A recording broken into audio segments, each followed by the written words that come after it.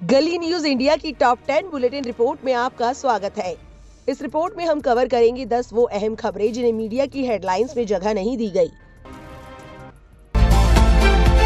You are watching गली news. Report की पहली खबर में हम आपको बताएंगे कि सोशल मीडिया पर एक बार फिर यूट्यूबर ध्रुव राठी का एक वीडियो तेजी से वायरल हो रहा है, जिसमें वे बॉलीवुड सुपरस्टार शाहरुख खान और पीएम मोदी को लेकर अपनी राय रखते नजर आ रहे हैं। दिलचस्प बात यह है कि इससे पहले भी ध्रुव राठी शाहरुख खान के विज्ञापनों और सामाजिक जिम्मेदारी जैसे मुद्दों पर टिप्पणी कर चुके हैं और अब उनका ये बयान चर्चा का विषय बन गया है। वायरल हो रही इस क्लिप में ध्रुव राठी पान मसाला विज्ञापनों और सेलिब्रिटीज की जिम्मेदारी पर सवाल उठाते दिखते हैं। वे कहते हैं, शाहरुख खान के फैंस हर जगह रिप्लाई देते हैं कि उनका पुराना कोट है कि अगर पान मसाला इतना ही बुरा है तो सरकार क्यों नहीं बैन कर देती पान मसाला। मतलब खुद की कोई पर्सनल रिस्पॉन्सिबिलिटी है या नहीं। हर चीज सरकार पर रहकर ही करोगे, मतलब दुनिया के देश के नंबर 1 सुपरस्टार बन गए हो, फिर भी आप सरकार की तरफ देख रहे हो कि भाई सरकार सही करे इस चीज को। मेरी कोई रिस्पॉन्सिबिलिटी नहीं है। मुझे लगता है हर एक बंदे की रिस्पॉन्सिबिलिटी है, और अगर आपका इतना स्टेटस है सोसाइटी में और आप नंबर 1 सुपरस्टार है तो आपकी रिस्पॉन्सिबिलिटी और भी ज्यादा है। वो अपनी रिस्पॉन्सिबिलिटी से दूर भाग रहे हैं बहाने देकर शाहरुख खान। इसी दौरान वे शाहरुख खान से जुड़े एक और चर्चित कथन का जिक्र करते हुए आगे कहते हैं, और एक है उनका कोट जो लोग कई बार दिखाते हैं कि पहले अमीर बन जाओ फिर फिलोसोफर बनना। तो मैं शाहरुख खान से ये पूछना चाहूंगा कि और कितना अमीर बनना है आपको? बन गए बिलियनर, अब तो बन जाओ फिलोसोफर। या ये भी काफी नहीं है, या और भी अमीर बनना है फिर फिलोसोफर बनोगे? फिलहाल ये क्लिप ऑनलाइन प्लेटफॉर्म्स पर शेयर की जा रही है और इसने एक बार फिर विज्ञापन, जिम्मेदारी और सार्वजनिक हस्तियों की भूमिका पर चर्चा छेड़ दी है। इस वीडियो के सामने आने के बाद सोशल मीडिया पर लोग अपनी अपनी राय दे रहे हैं। गब्बर नाम के एक एक्स यूजर ने लिखा, बिल्कुल सही, ध्रुव राठी ने शाहरुख खान पर निशाना साधा। एक एक्स यूजर ने लिखा, वो बिल्कुल सही है, एसआरके के पास पहले से ही बहुत पैसा है, इसलिए वो आसानी से कुछ विज्ञापनों या एंडोर्समेंट को नजरअंदाज कर सकता है। एक दूसरे एक्स यूजर ने लिखा, एसआरके फैन होने के नाते मैं कह सकता हूं कि वो सही है, लेकिन अगर एसआरके फिल्में बना रहा है तो वो सरकार के पैसे से नहीं बना रहा, बल्कि पान मसाला और दूसरे इंडियन एडवर्टाइजमेंट से कमाए पैसे से बना रहा है। आखिर कोई भी अपनी जेब से 400 करोड़ रुपए एक इंडियन कमर्शियल फिल्म पर क्यों लगाएगा? एक और यूजर ने एक्स पर लिखा, किंग एसआरके तंबाकू का प्रचार और बिक्री करके देश के किसानों की मदद कर रहे हैं। वहीं उन्होंने इसी पॉडकास्ट में पीएम मोदी को लेकर भी कमेंट किया। उनसे एक सवाल किया गया कि जब लोग कहते थे कि मोदी नहीं तो और कोई तो है ही नहीं ऑप्शन, उसको क्या बोलते हैं? उस पर ध्रुव राठी कहते हैं कि मैं यही कहता था कि इतनी बुरी हालत कोई भी सरकार नहीं करती, कोई भी बेटर है, मोदी से इससे अच्छा एक गधा बेटर है, क्योंकि वो कुछ नहीं करेगा वहां बैठ के, और कुछ ना करना इस तरीके से देश को डिस्ट्रॉय करने से बेहतर है। इस वीडियो को शेयर करते हुए एक एक्स यूजर ने ध्रुव राठी को कहा कि कंट्रोल उदय कंट्रोल। वहीं एक और एक्स यूजर ने लिखा, एक फालतू यूट्यूबर पीएम मोदी के बारे में धीमी आवाज में बोलकर ज्यादातर बेरोजगार, नाकाम लोगों और सोशल मीडिया पर हताश मोदी हेट ब्रिगेड को उत्साहित कर सकता है, लेकिन इससे जनता के बीच या अंतर्राष्ट्रीय स्तर पर मोदी की लोकप्रियता नहीं बदलेगी और न ही भारत के लिए सही काम करने पर उनका ध्यान प्रभावित होगा। जाओ अपनी जिंदगी जियो। चलिए अब बढ़ते हैं इस बुलेटिन की दूसरी खबर की तरफ, जिसमें एक ऐसी कहानी है जिसमें कई राज है। क्या है वो खबर, आइए बताते हैं आपको। दुनिया भर में मुसलमान उन दस्तावेजों पर अपना गुस्सा जाहिर कर रहे हैं जिनसे पता चलता है कि इस्लाम की सबसे मुकद्दस जगह काबा को ढकने वाले कपड़े के कई हिस्से सजायाफ्ता यौन अपराधी जेफरी एप्स्टीन को भेजे गए थे। 30 जनवरी को अमेरिका के डिपार्टमेंट ऑफ जस्टिस द्वारा जारी की गई एप्स्टीन फाइल्स की किस्त में साल 2017 की ऐसी ईमेल मौजूद है जिनमें गिलाफे काबा के 3 हिस्सों की खेप की पहचान की गई है। इन्हें सऊदी अरब से कैरेबियन में एप्स्टीन के घर भेजा गया था। एक एक्स यूजर ने लिखा, जरा सोचिए कि दुनिया की सबसे पवित्र जगह का एक हिस्सा सबसे गंदी जगह पर भेजा गया। साल 2014 की एक तस्वीर में देखा जा सकता है कि एप्स्टीन एक आदमी के साथ जमीन पर पड़े कपड़े के एक टुकड़े का मुआयना कर रहे हैं। ये कपड़ा काबा के दरवाजे को ढकने वाले किस्वा के सबसे सजावटी हिस्से जैसा दिखता है। एक और एक्स यूजर ने लिखा, ये देखकर मेरा दिल टूट गया कि किस्वा को कालीन की तरह फर्श पर बिछाया गया। हालांकि इस तस्वीर का उन दस्तावेजों से कोई सीधा संबंध नजर नहीं आता। गिलाफे काबा को काले रंग के जिस रेशम से तैयार किया जाता है उस पर सुनहरे और चांदी के तारों से कुरान की आयतें उकेरी जाती है। मक्का में मस्जिद अल हराम के केंद्र में मौजूद काबा की चारों दीवारों को किस्वा से ढका जाता है। हर साल लाखों जायरीन इसे छूते हैं और नए इस्लामी साल के मौके पर एक समारोह में इसे बदला जाता है। अमेरिकी न्याय विभाग के आर्काइव के मुताबिक साल 2017 में एप्स्टीन के स्टाफ और अजीज अल अहमदी नाम के एक शख्स के बीच ईमेल से बात हुई। इसमें एप्स्टीन को किस्वा के 3 हिस्सों की डिलीवरी का इंतजाम किया गया था। इनमें एक हरे रंग का हिस्सा था जिसे काबा के अंदर इस्तेमाल होने वाले कपड़े के तौर पर बताया गया, दूसरा बाहरी गिलाफ में इस्तेमाल होने वाला एक काला कपड़ा और तीसरा इसी सामग्री से बना एक कढ़ाई वाला कपड़ा जिसे इस्तेमाल नहीं किया गया था। 1 फरवरी 2017 का एक ईमेल इशारा करता है कि अहमदी कहलाने वाले किसी शख्स के असिस्टेंट ने एप्स्टीन के स्टाफ को बताया कि वो मस्जिद के लिए काबा के कुछ हिस्से भेजेंगे। ये साफ नहीं है कि वो मस्जिद एप्स्टीन की प्रॉपर्टी के किसी हिस्से को कह रहे थे या नहीं। अब तक जिन एप्स्टीन फाइल्स की समीक्षा की गई है उनमें उस निजी द्वीप पर किसी मस्जिद का साफ जिक्र नहीं मिलता, लेकिन अमेरिकी न्याय विभाग के एक दस्तावेज में एक छोटी इमारत को मंदिर कहा गया है। ये इमारत लिटिल सेंट जेम्स द्वीप के दक्षिणी हिस्से में बताई जाती है, जहां सुनहरे गुंबद वाली एक छोटी संरचना मौजूद है। ये स्पष्ट नहीं है कि ईमेल में मंदिर शब्द का असल मतलब क्या था। दस्तावेजों के अनुसार मार्च 2017 में एक कार्गो पहले पाम बीच स्थित एप्स्टीन के घर पहुंचा, फिर उसे अमेरिकी वर्जिन आइलैंड्स के सेंट थॉमस भेजा गया जो उसकी निजी द्वीप के पास है। कई पीड़ितों ने आरोप लगाया है कि उन्हें इस द्वीप पर लाकर यौन शोषण किया गया था। कस्टम फॉर्म में इस सामान को पेंटिंग्स, ड्राइंग्स और पेस्टल्स बनाया गया। बाद की एक ईमेल में पुष्टि हुई कि एप्स्टीन के घर किस्वा के हिस्से पहुंचाए गए। एक ईमेल में भेजने वाले ने दावा किया कि उस काले कपड़े को लाखों मुसलमानों ने छुआ है क्योंकि ये काबा से जुड़ा माना जाता है। हालांकि ये साफ नहीं है कि ये हिस्से असली थे या तोहफे के रूप में दिए गए थे। रिकॉर्ड बताते हैं कि ये पहली बार नहीं था जब एप्स्टीन को सऊदी अरब से सामान मिला हो। जनवरी 2017 की ईमेल्स में मस्जिद के अंदर की तस्वीरें मांगे जाने का जिक्र है ताकि किसी तैयारी का काम किया जा सके। अन्य दस्तावेजों में पारंपरिक अरबी टेंट, कालीन, कॉफी पॉट और टोकरियों जैसे सामान का भी उल्लेख है, लेकिन ये तय नहीं है कि ये सब उसी खेप का हिस्सा थे या नहीं। ये डिलीवरी उस समय हुई जब एप्स्टीन पहले ही यौन अपराधों में दोषी ठहराया जा चुका था। किस्वा के वितरण पर सऊदी अधिकारियों का कंट्रोल होता है, लेकिन पुराने कपड़े को बांटने के रूल साफ नहीं है।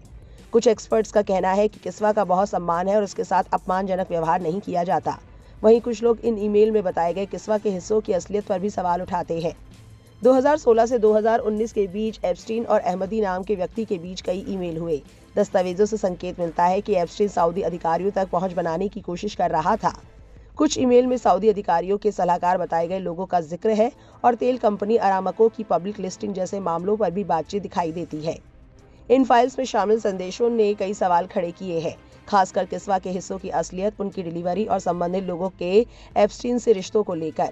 इसी वजह से इस पूरे मामले की गहराई से जांच की मांग बढ़ रही है। साथ ही ये भी याद रखना जरूरी है कि किसी दस्तावेज में नाम होने का मतलब ये नहीं कि वो व्यक्ति किसी गलत काम में शामिल ही था। बात करते हैं अब ऐसी कहानी की जिसने नफरत के दौर में मोहब्बत की इबारत लिखी है। जहां मुसलमानों के लगातार बदनाम करने की कोशिश की जाती है, वहां इस खबर ने उन सभी नफरतियों को जलील कर दिया है। क्या है पूरा मामला, बताएंगे आपको इस बुलेटिन की तीसरी खबर में। ऐसे वक्त में जब हर तरफ हिंदू मुस्लिम के नाम पर नफरत को हवा दी जा रही हो, लोगों के दिलों में मुसलमानों के खिलाफ गलतफहमियां भरी जा रही हो और जगह जगह उन्हें निशाना बनाकर दूरी पैदा की जा रही हो, वहीं कुछ लोग अपनी सोच, अपने काम और अपनी इंसानियत से एक बिल्कुल अलग कहानी लिख रहे हैं। एक ऐसी कहानी जो नफरत के शोर में मोहब्बत की आवाज बनकर उभरती है और याद दिलाती है कि धर्म से पहले इंसानियत आती है और दिलों को जोड़ने वाली ताकत हमेशा नफरत से बड़ी होती है। ये कहानी उन्हीं लोगों की है। पंजाब के संगरूर में हिंदू परिवार के मस्जिद के लिए जमीन दान करने के बाद अब मोहाली के झामपुर में एक मुस्लिम परिवार ने 80 लाख रुपए की 325 गज जमीन मंदिर निर्माण के लिए दान दी है। खास बात यह है कि मंदिर निर्माण का खर्च भी वही परिवार उठाएगा। गुरुवार को शाही इमाम मौलाना मोहम्मद उस्मान रहमान लुधियानवी ने रजिस्ट्री के पेपर मंदिर कमेटी को सौंपे। वहीं हवन यज्ञ के बाद मंदिर के निर्माण का कार्य भी शुरू कर दिया गया। यहाँ पर हनुमान जी और सनातन मंदिर बनाया जा रहा है। शाही इमाम ने कहा कि पंजाब की धरती से मिठास का संदेश पूरे भारत के लिए अमृत है। ये एकता की मिसाल है। वहीं जमीन दान देने वाले मोहम्मद इमरान ने कहा कि मेरा सपना अस्पताल खोलने का है ताकि गरीब लोगों को इलाज मिल सके। शाही इमाम ने बताया कि मोहाली से सटे झामपुर इलाके में मंदिर के लिए जगह नहीं थी क्योंकि नई आबादी बस रही थी। ऐसे में धार्मिक स्थानों के लिए जगह जरूरी है। सनातन धर्म के लिए कोई स्थान नहीं था। पंडित राजा राम ने मोहम्मद इमरान हैप्पी से संपर्क किया और मंदिर कमेटी के लिए जगह मांगी। उन्होंने कहा कि इस्लामी देशों में भी हिंदू सिख भाईचारे के लोग जाकर बसते हैं तो उनकी धार्मिक आस्था को ध्यान में रखते हुए वहाँ धार्मिक स्थान बनाए जाते हैं। दुबई में गुरुद्वारा नानक दरबार साहिब है, इसी तरह मंदिर भी है। कतर, यमन और बगदाद में भी मंदिर हैं। ऐसे में मैंने इन्हें आगे आने को कहा।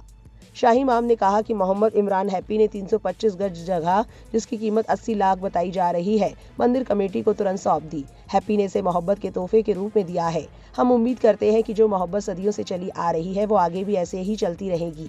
पंजाब की धरती पहली पातशाही गुरु नानक देव जी के नाम से जानी जाती है। श्री गुरु नानक साहिब, जिन्हें हम अपना पीर मानते हैं और जिन्हें आप अपना गुरु कहते हैं, उनके दाईं और बाईं ओर एक हिंदू मर्दाना और एक बालाजी चलते थे। मुसलमान पहले दिन से सिखों की दाई बाई बाजू की तरह रहे हैं। मैं समझता हूँ कि ऐसा कर इन्होंने पंजाब को और ताकत दी है और पूरे भारत को नया संदेश दिया है। शाही इमाम ने कहा कि कल भी धुरी में एक पंडित ने मस्जिद के लिए जगह दी। पिछले हफ्ते फतेहगढ़ साहिब के जखवाली में एक सरदार माता ने मस्जिद बनाने के लिए जगह दी है। पंजाब की धरती से मिठास का संदेश पूरे भारत के लिए अमृत है। ये एकता की मिसाल है। हमारे संविधान में पहला नारा दिया गया है, अनेकता में एकता, यानी हम अलग अलग रंग, जाति और बिरादरी के होने के बावजूद कभी भी आपस में नहीं लड़ते। जो लड़ना चाहते हैं उन्हें भी रोककर मोहब्बत का पाठ पढ़ाते हैं। मैं इन दोनों को बधाई देता हूँ। मोहम्मद इमरान उर्फ हैप्पी मलिक ने कहा कि बचपन से मेरी एक सोच रही है कि जिन चीज़ों के लिए लोगों को परेशान किया जाता है, उन ज़रूरतों को पूरा करने के लिए मैं आगे आऊँ। मेरा लक्ष्य एक अस्पताल खोलने का है ताकि गरीब लोगों को इलाज मिल सके। जब मैंने एक मस्जिद बनवाई थी तो मैंने सोचा कि लोगों में ये संदेश ना जाए कि मैं मुसलमान हूँ, इसलिए मस्जिद बनाई। फिर मैंने चर्च बनवाई और अब मंदिर बनाएंगे। हम पहले से बने मंदिर की तर्ज पर ही मंदिर का निर्माण करेंगे। मोहम्मद इमरान ने कहा कि उन्होंने जमीन देने के साथ ही मंदिर के निर्माण पर आने वाला खर्च भी उठाने का फैसला किया है। इसमें उनके साथ उनके दोस्त संजय जिंदल भी सहयोग करेंगे। 3 मरले में हनुमान जी का मंदिर और 10 मरले जमीन में सनातन धर्म मंदिर बनाया जाएगा। उन्होंने बताया कि इससे पहले खरड़ में गुरुद्वारे के लिए जगह दी है, जबकि जहांपुर में चर्च के लिए आधी कीमत पर जमीन दी है। जमीन की कीमत करीब 24 लाख थी, जिसे उन्होंने 12 लाख में दिया। इलाके में 60% हिंदू। मोहम्मद इमरान ने कहा कि जिस सोसाइटी में वे रहते हैं वहाँ 60% आबादी हिंदू है। पिछले साल उन्होंने मस्जिद के लिए जगह दी थी, लेकिन उन्हें लगा कि लोगों ने कहा कि उन्हें हिंदू भाइयों के लिए कुछ नहीं किया। ऐसे में उन्होंने ये कदम पहले ही उठा लिया। जानकारी के अनुसार मंदिर के लिए जमीन दान देने वाले मोहम्मद इमरान खान उर्फ हैप्पी मलिक 37 साल के हैं। वे पेशे से रियल एस्टेट कारोबारी हैं। परिवार में उनकी माता, पत्नी और बच्चे हैं। उनके भाई का कुछ समय पहले निधन हो गया था। भाई के बच्चे भी उनके साथ ही रहते हैं। वहीं वे एक होटल का निर्माण भी कर रहे हैं। मंदिर कमेटी के सदस्य पंडित राजा राम ने कहा कि सच्ची बात कहूं तो इतनी जगह कोई नहीं देता। लोग सड़क पर कोई भिखारी मिल जाए तो उसे 5 रुपए भी नहीं देते। उसे भी कह देते हैं कि तेरे हाथ पैर नहीं है क्या। अकेले हैप्पी मलिक ऐसे व्यक्ति है जिन्होंने अपनी नेक कमाई से हमें जगह दी है। मैं भगवान से प्रार्थना करता हूं कि उनकी कमाई में बरकत हो और वे लगातार तरक्की करें। इस खबर के सोशल मीडिया पर वायरल होने के बाद हर कोई इस काम की तारीफ कर रहा है। एक एक्स यूजर ने लिखा, वाह, तिरंगा सचमुच सर उठाकर गर्व से लहरा रहा होगा। मोहम्मद इमरान ने इंसानियत का वो मुकाम छू लिया जहां कोई धर्म नहीं, सिर्फ दिल है। 80 लाख की जमीन मंदिर के लिए दान, गुरुद्वारा, चर्च, ये परिवार तो भाईचारे की जीती जागती तस्वीर है।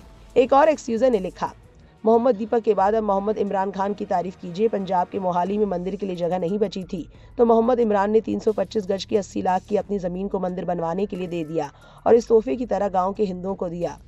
जैसे कि हमने बताया कि मुसलमानों के खिलाफ लगातार जहर घोला जा रहा है, वहीं इस रिपोर्ट की चौथी खबर भी कुछ ऐसी ही है।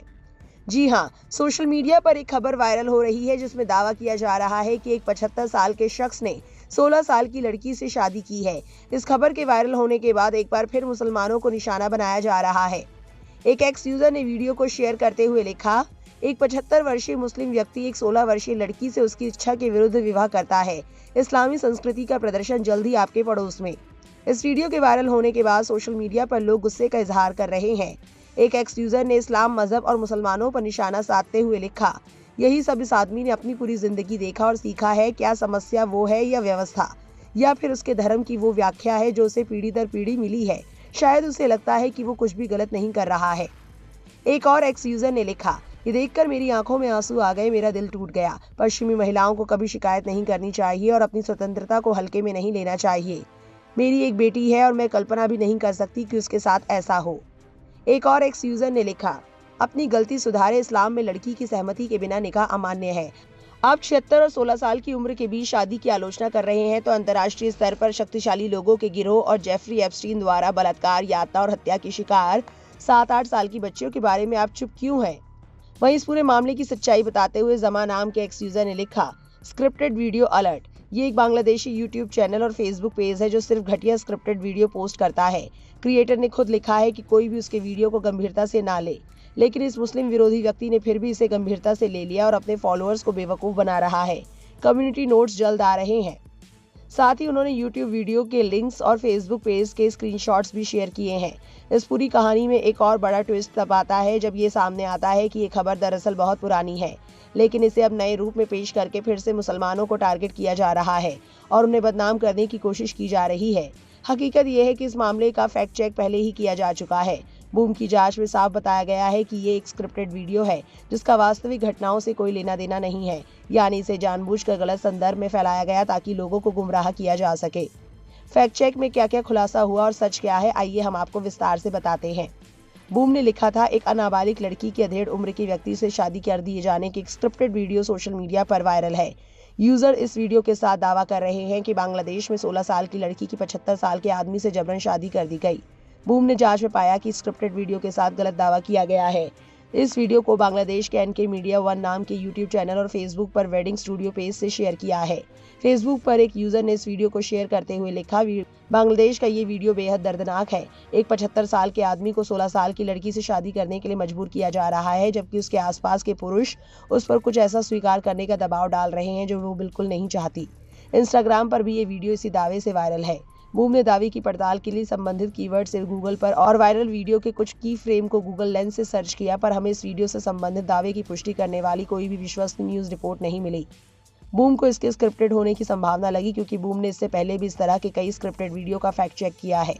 एनके मीडिया वन नाम के यूट्यूब चैनल पर 20 नवंबर 2025 को शेयर किया गया 4 मिनट 49 सेकंड का एक वीडियो मिला। वीडियो में 3 मिनट 28 सेकंड से वायरल वीडियो वाले हिस्से को देखा जा सकता है। इस चैनल पर शेयर किए गए कई अन्य वीडियो को देखने से पता चलता है कि ये एक स्क्रिप्टेड वीडियो है। इस चैनल पर शादी कार्यक्रम को दिखाने वाले ढेरों वीडियो हैं। वायरल वीडियो में दिख रहे एक्टर कई इन वीडियो में भी दिखाई देते हैं।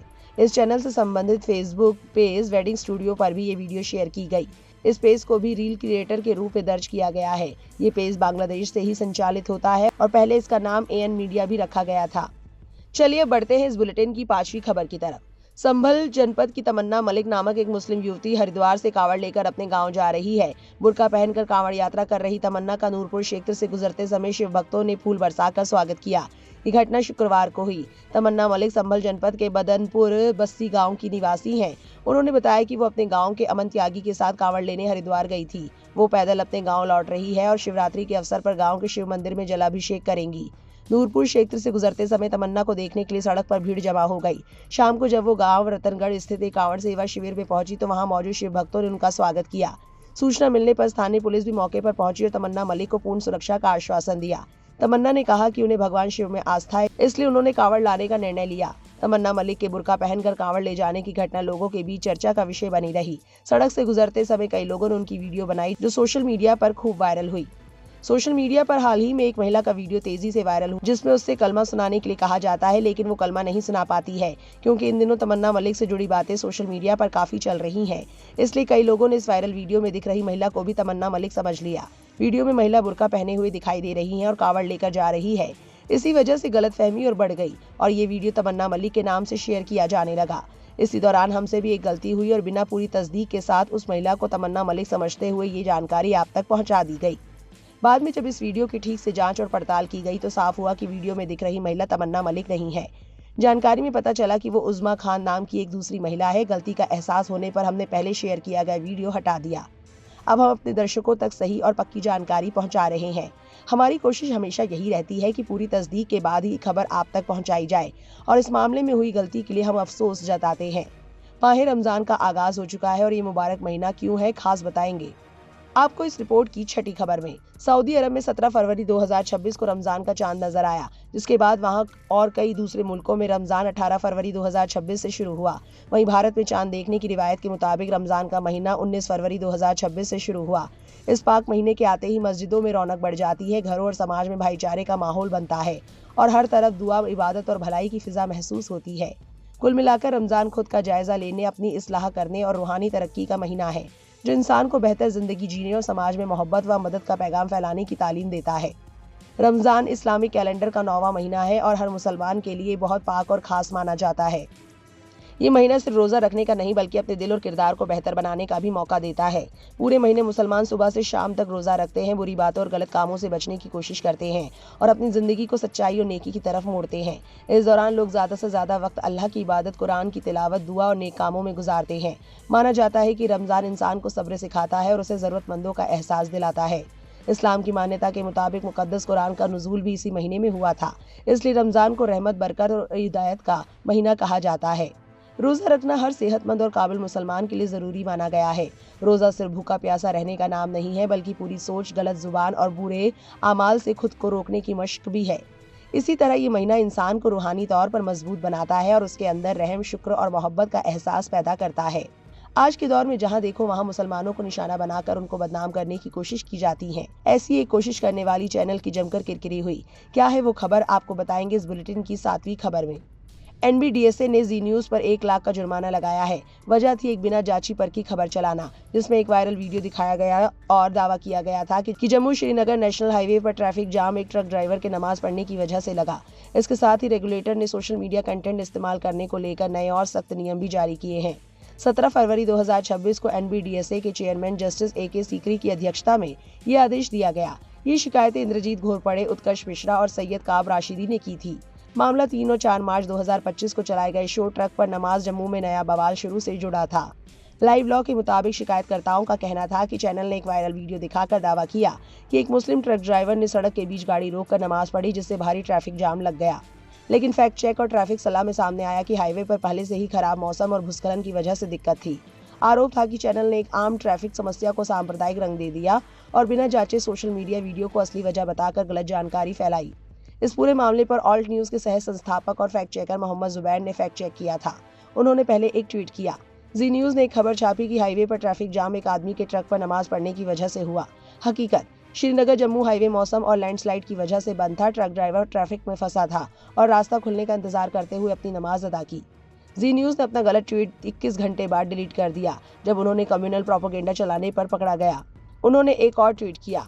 NBDSA ने जी न्यूज को 1 लाख का फाइन लगाया अनवेरिफाइड ट्रक पर नमाज फेक न्यूज के लिए। मार्च 2025 में जी न्यूज ने गलत खबर दिखाई कि हाईवे ब्लॉक हो गया क्योंकि एक मुस्लिम ट्रक ड्राइवर ने नमाज अदा करने के लिए ट्रक रोका। ऑल्ट न्यूज ने इसकी फैक्ट चेकिंग की, लेकिन जी न्यूज ने करेक्शन नहीं किया। NBDSA ने वीडियो डिलीट करने और 1 लाख फाइन देने का ऑर्डर दिया। सब कुछ संभव हुआ जीत XG के कंप्लेन और नियमित फॉलोअप की वजह से। आपको बता दें कि जी न्यूज ने NBDSA के जवाब में कहा कि उन्होंने साफ बताया था कि वीडियो वायरल और अपुष्ट है। उनका कहना था कि वे सिर्फ इंटरनेट पर चल रही चीजों की रिपोर्टिंग कर रहे थे। बाद में जब वीडियो फर्जी निकला तो उसे हटा दिया गया। NBDSA ने कहा कि सुनवाई में चैनल ने माना कि वीडियो की जांच नहीं हुई थी और ये सिर्फ वायरल क्लिप पर आधारित था। अथॉरिटी ने कहा कि बिना जांचे सोशल मीडिया कंटेंट चलाना गंभीर गलती है और ये एक्यूरेसी यानी सटीकता के नियम का उल्लंघन है। चैनलों से उम्मीद की जाती है कि वे प्रसारण से पहले नियमों का पालन करें। NBDSA ने कहा कि गलती गंभीर थी और बड़ा जुर्माना भी लगाया जा सकता था, लेकिन वीडियो हटाने को लेकर 1 लाख का जुर्माना लगाया गया। NBDSA ने यह भी कहा कि आजकल चैनल और digital platform viral social media content पर ज्यादा निर्भर हो रहे हैं, जिसमें फेक न्यूज, गलत जानकारी और AI से बने डीपफेक का खतरा रहता है। इसलिए नए नियम जारी किए गए हैं। नए नियमों में कहा गया है सोशल मीडिया से ली गई हर जानकारी, फोटो या वीडियो को दिखाने से पहले जांचना जरूरी है। जहां संभव हो ग्राउंड रिपोर्ट, चश्मदीद, पुलिस या सरकारी स्रोतों से पुष्टि करनी चाहिए। फोटो और वीडियो की जांच की जाए कि कहीं वे एडिटेड, छेड़छाड़ किए हुए या AI से बने तो नहीं। असली कंटेंट भी गलत संदर्भ में दिखाया गया तो वह भ्रामक हो सकता है। सेना, दंगे, सांप्रदायिक हिंसा, अपराध या सार्वजनिक अशांति जैसे मामलों में सोशल मीडिया कंटेंट दिखाते समय जनहित और सटीकता का खास ध्यान रखना होगा। सिर्फ ये कह देना कि वीडियो वायरल है या पुष्ट है चैनल को जिम्मेदारी से मुक्त नहीं करेगा। NBDSA ने निर्देश दिया कि ये नियम सभी सदस्यों और संपादकों तक पहुंचाए जाए।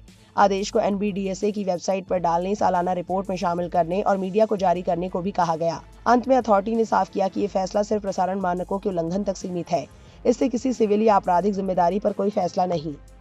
जैसा कि रमजान का मुबारक महीना शुरू हो चुका है, हर तरफ रौनक ही रौनक है और इस महीने का इस्तकबाल बहुत ही जोश के साथ किया जाता है। वहीं जब इस महीने का आगाज हुआ तो हर तरफ से मुसलमानों के लिए मुबारकबाद देने का सिलसिला भी शुरू हुआ। किस किस ने दी मुबारकबाद, बताएंगे आपको इस बुलेटिन की 8वीं खबर में।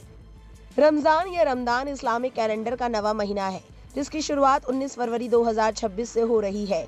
हर मुसलमान के लिए महीना बेहद खास होता है। इस पूरे महीने मुसलमान रोजा रखते हैं और अपना ज्यादा से ज्यादा वक्त अल्लाह की इबादत में बिताते हैं। ये महीना इसलिए भी खास है क्योंकि मुकद्दस कुरान शरीफ इसी महीने में नाजिल हुआ था, इसलिए इसे रहमत और हिदायत का महीना भी कहा जाता है। इस महीने हर बालिग मुसलमान के लिए रोजा रखना फर्ज है। कहते हैं रोजा रखने से खुद पर कंट्रोल और सब्र की ताकत बढ़ती है। भारत में रमजान का चांद 18 फरवरी 2026 को देखा गया। ऐसे में यहाँ 19 फरवरी को पहला रोजा रखा गया। रमजान का चांद नजर आते ही सोशल मीडिया पर मुबारकबाद देने का सिलसिला हुआ। PM नरेंद्र मोदी ने मुबारकबाद देते हुए लिखा, रमजान मुबारक। इस पाक महीने से हमारे समाज में एकता और भाईचारे का भाव बढ़े, हर जगह शांति और समृद्धि बनी रहे। बंगाल की सीएम ममता बनर्जी ने भी मुबारकबाद देते हुए एक्स पर लिखा, आज मुकद्दस माह रमजान के बाबरकत आगाज पर आप सबको मैं दिल से मुबारकबाद पेश करती हूँ। आप खैरियत और सलामत रहे और इस मुकद्दस माह रमजान में अपने दीनी फराइज आसान तरीके से अदा करें। हम सब भी इस बाबरकत महीने में आपके नेक इरादों और अज़्म की तकमील में आपके साथ है।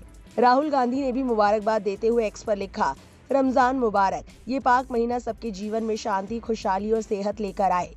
एप्पल के सीईओ टिम कुक ने भी मुसलमानों को रमजान की मुबारकबाद दी। उन्होंने एक्स पर लिखा, दुनिया भर में जो लोग इस पाक महीने का रोजा रख रहे हैं उन्हें रमजान की ढेरों शुभकामनाएं।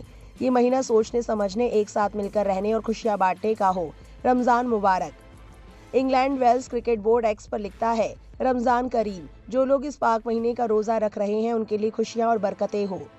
इंग्लैंड फुटबॉल ने रमजान की मुबारकबाद देते हुए एक्स पर लिखा, हमारे सभी मुस्लिम दोस्तों, परिवार और समर्थकों को रमजान मुबारक। इस्लाम एक्सपीरियंस के को फाउंडर और पॉलिटिकल एडवाइजर जोरान वन क्लावेरन ने नीदरलैंड्स की तरफ से रमजान की मुबारकबाद भेजी। एक्टर विजय ने एक्स पर लिखा, अल्लाह आपको सारी खुशियां और सफलताएं दे और सही रास्ते पर चलने की हिदायत दे। रमजान की हार्दिक शुभकामनाएं। गली न्यूज भी आप सभी को रमजान करीम की बहुत बहुत मुबारकबाद पेश करता है। आज के दौर में जहां लोग छोटी छोटी चीजों के लिए अपनी नीयत बदल लेते हैं, वहीं हरियाणा के फरीदाबाद से एक ऐसी खबर सामने आई है जिसने इंसानियत और ईमानदारी पर हमारे भरोसे को और मजबूत कर दिया है। आइए बताते हैं पूरा मामला इस बुलेटिन की 9वीं खबर में। एक कबाड़ व्यापारी खान साहब ने ईमानदारी का परिचय देते हुए एक परिवार के खोए हुए 100 ग्राम सोने के गहने वापस लौटा दिए। घटना की शुरुआत पिछले साल जनवरी में हुई थी। फरीदाबाद के रहने वाले अशोक शर्मा अपने परिवार के साथ कुंभ के मेले में घूमने जा रहे थे। घर पीछे से सूना था, इसलिए चोरी के डर से उन्होंने एक अनोखा तरीका अपनाया। उन्होंने अपने घर का सारा कीमती सोना एक पुराने डिब्बे में बंद किया और उसे कबाड़ के बोरे में छिपा दिया ताकि किसी चोर की नजर उस पर ना पड़े। वक्त बीतता गया और परिवार वो डिब्बा बोरे में ही भूल गया। दीपावली के मौके पर जब घर की साफ सफाई हुई तो अनजाने में इस बोरे को कबाड़ समझकर खान साहब के कबाड़ गोदाम में बेच दिया गया। अशोक शर्मा और उनके परिवार को इस बड़ी गलती का एहसास तब हुआ जब दिवाली पूजन के समय उन्होंने गहनों की तलाश शुरू की।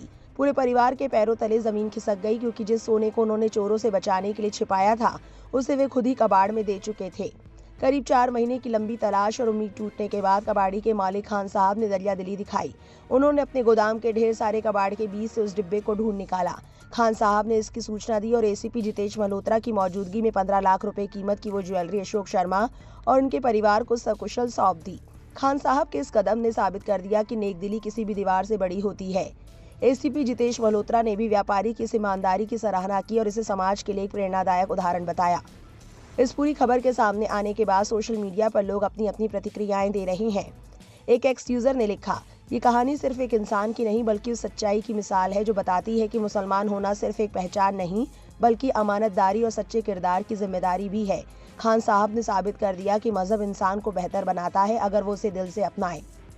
अशरफ हुसैन नाम के एक्स यूजर ने लिखा, मुसलमान इतना ईमानदार होता है। खान साहब कबाड़ी का काम करते हैं। शर्मा जी का 100 ग्राम सोना गलती से कबाड़ी में चला गया था। 2 महीने बाद खान साहब को कबाड़ी हटाते समय सोना मिल गया। उन्होंने पूरा सोना शर्मा जी को लौटा दिया। हरियाणा के फरीदाबाद का मामला, खान साहब को सलाम। केवालानंद जोशी नाम के एक्स यूजर ने लिखा, सच्चाई और ईमानदारी की इस मिसाल को सलाम। बुजुर्ग हाजी अख्तर ने करोड़ों की सोने की चमक को नहीं बल्कि अपने संस्कारों की चमक को बरकरार रखा।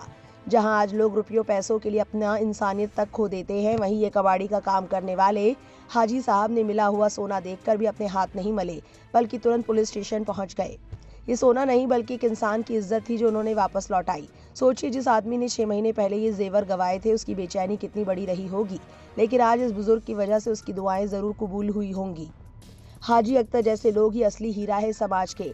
लाखों करोड़ों के जेवरात से भी कीमती है इनका दिल। ऐसे इंसान को देखकर यकीन होता है कि दुनिया में अभी भी अच्छाई जिंदा है। धन्यवाद हाजी साहब, आपने इंसानियत पर भरोसा बनाए रखा। आप जैसे लोगों के लिए ही आज भी ये दुनिया खूबसूरत है। जहां एक तरफ मुसलमान अच्छाई की मिसालें पेश कर रहे हैं, ईमानदारी और अच्छे अखलाक का सबूत दे रहे हैं, वहीं तब भी ये नफरती चिंटू मुसलमानों के पीछे हाथ धोकर पड़े हैं। जी हां, एक ऐसा ही मामला आपको बताएंगे इस बुलेटिन की 10वीं खबर में।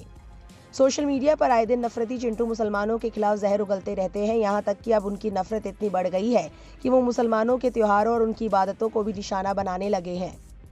एक्स पर एक पैरोडी अकाउंट एमेस्ट्रो से रमजान के मौके पर एक ऐसा पोस्ट किया गया जिस पर लोगों ने कड़ी नाराजगी जताई। पोस्ट में मुस्लिम समुदाय को उकसाने वाली बात लिखी गई थी। उसमें लिखा गया कि चूंकि रमजान आने वाला है इसलिए मैं हर दिन पोर्क खाऊं और यहाँ पोस्ट करूंगा। ध्यान रहे कि मेरी पोस्ट मुस्लिम समुदाय तक जरूर पहुंचे। हमने जब इस अकाउंट की प्रोफाइल देखी तो हमें अंदाजा हुआ कि ये लगातार मुसलमानों के खिलाफ जहर उगलता है, नफरत भरी बातें करता है, यहाँ तक कि खुले तौर पर ये लिखता भी है कि मुसलमानों से नफरत करता है और हर दिन मुसलमानों को और इस्लाम मजहब को निशाना बनाता है।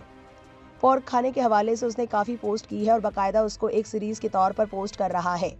अब ये पोस्ट सामने आते ही कई लोगों ने इसे गलत और भड़काने वाला बताया। यूजर्स का कहना है कि किसी भी धर्म के त्योहार पर इस तरह की बातें करना सही नहीं है। कुछ लोगों ने लिखा कि ऐसे पोस्ट सिर्फ माहौल खराब करने के लिए किए जाते हैं।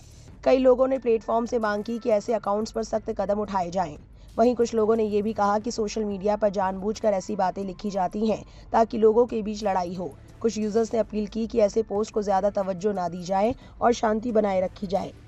रमजान जैसे मुकद्दस महीने के दौरान लोग इसे साफ तौर पर नफरत फैलाने की कोशिश मान रहे हैं। फिलहाल ये पोस्ट सोशल मीडिया पर चर्चा का विषय बना हुआ है और लोग अपनी अपनी राय रख रहे हैं।